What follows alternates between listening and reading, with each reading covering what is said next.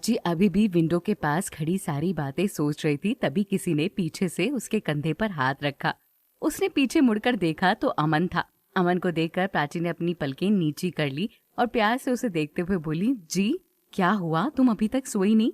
नींद नहीं आ रही थी? प्राची ने घबराते हुए कहा। कोई बात है क्या? किसी बात को लेकर परेशान हो तुम?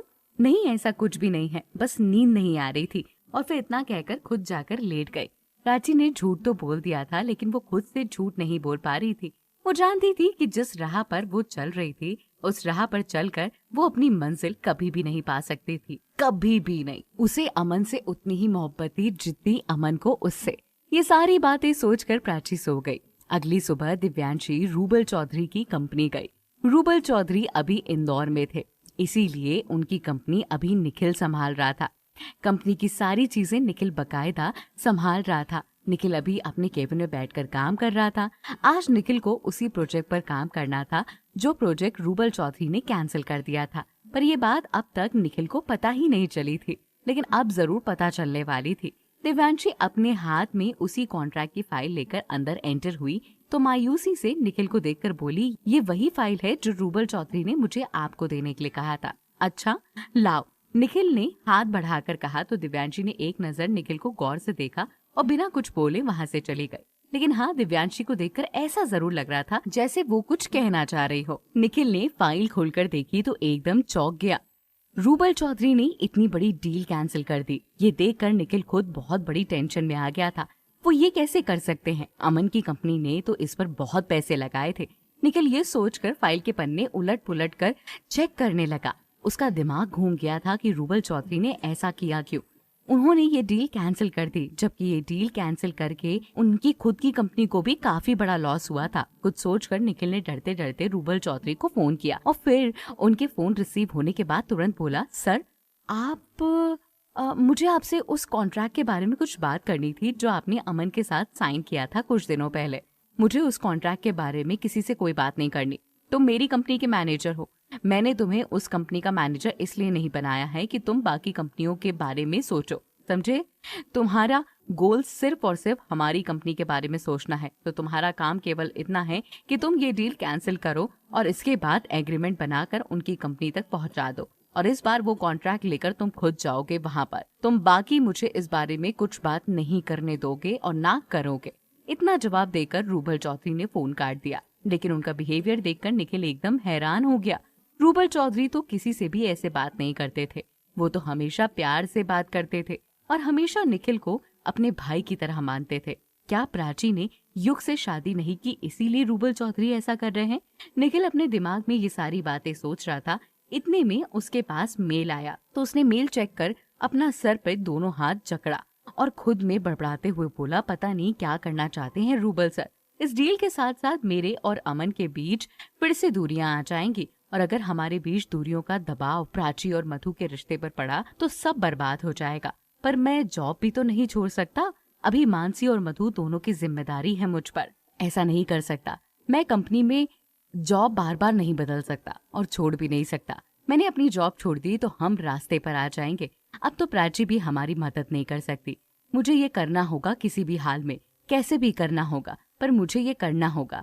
अब कुछ भी हो जाए, इसका मतलब कुछ भी अंजाम हो, मैं ये करूंगा। लेकिन अब ये बहुत जरूरी है। ये सोचकर निखिल ने सारे एग्रीमेंट पेपर बनाए, एग्रीमेंट पेपर पर साइन किए और फिर अपनी गाड़ी में बैठकर अमन की कंपनी की ओर निकल गया। अमन भी सुबह सुबह ब्रेकफास्ट करके अपनी कंपनी आ चुका था और अपने केबिन में बैठकर मैनेजर हसरत और मिस रिचा से कुछ इंपॉर्टेंट डॉक्यूमेंट पर बात कर रहा था। तभी पियून ने आकर कहा, सर आपसे मिलने कोई आया है। ठीक है, अंदर लेकर आओ। अमन ने जवाब दिया तो उसका आदेश सुनकर पियून वहां से चला गया और बाहर वेटिंग बेंच पर बैठे निखिल को देखकर बोला, सर आपको अंदर बुला रहे हैं। निखिल ये सुनकर वहां से उठा और अमन के केबिन की ओर बढ़ गया।